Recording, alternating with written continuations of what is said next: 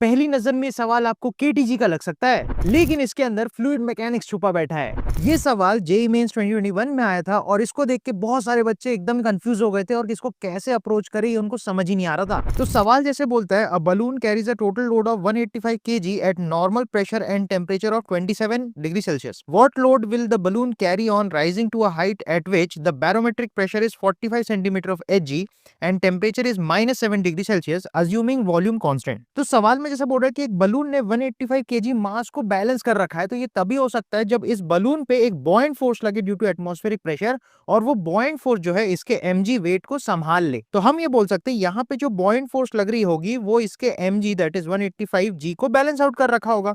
और buoyant force होता है डेंसिटी ऑफ लिक्विड या density of fluid in which the body is submerged into volume of the submerged body into G. अब मुद्दा ये आता है, उसने हमको प्रेशर के बारे में बता रखा है, लेकिन यहाँ पे हमको डेंसिटी चाहिए। तो केटीजी में अपन ने एक इक्वेशन पढ़ी थी कि pressure is equal to rho R T by M, और यहाँ पे आप देख सकते हो जो प्रेशर है वो डायरेक्टली प्रोपोर्शनल है डेंसिटी ऑफ द फ्लूइड, बोले तो डेंसिटी ऑफ एयर, यहाँ पे हवे में बलून है, एंड टेम्परेचर पे। तो अपन एक चीज ही समझ सकते हैं, अगर आर कांस्टेंट है और एम भी कांस्टेंट है तो pressure is directly proportional to density into temperature. और यहां से अपन बात कर सकते हैं जो डेंसिटी है उसको हम प्रेशर और टेम्परेचर के टर्म्स में यहाँ पे अगर पुट कर दें तो हमें बॉयंट फोर्स मिल सकती है। तो यहां से अपन बोल सकते हैं density will be proportional to pressure upon temperature. अब देखो सबसे पहला केस जो है उसमें बोल रहा है रो वी जी ने 185 जी को संभाला है, तो अपन लिखेंगे रो जब नेचुरल कंडीशन में होगा तो P ATM that is 76 centimetre of Hg upon temperature दिया 27 that is 300 kelvin into volume of the balloon into ji.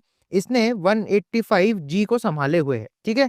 Next case में बोला है बलून जब किसी हाइट पे जाता है वहां पे प्रेशर 45 सेंटीमीटर ऑफ Hg हो जाता है and temperature -7 that is 266 kelvin हो जाता है। तो उस सिचुएशन में अपन बोल सकते हैं वहां पे जो प्रेशर हो गया वो हो गया 45 अपॉन टेम्परेचर हो गया 266 into volume of the balloon same ही रहा इनटू जी बराबर m इनटू जी। अपन ये बोल सकते हैं m मास उस हाइट पे जाके वो संभाले हुए है।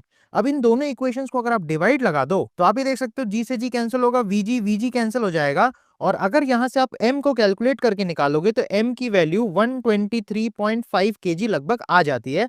दैट मींस इस क्वेश्चन का जो करेक्ट आंसर है वो ऑप्शन डी हो जाता है। तो ऐसे और फैंटास्टिक क्वेश्चन सॉल्विंग और कॉन्सेप्ट्स के लिए फॉलो करना एक्सप्लोर इंटरेस्टिंग को। Take care.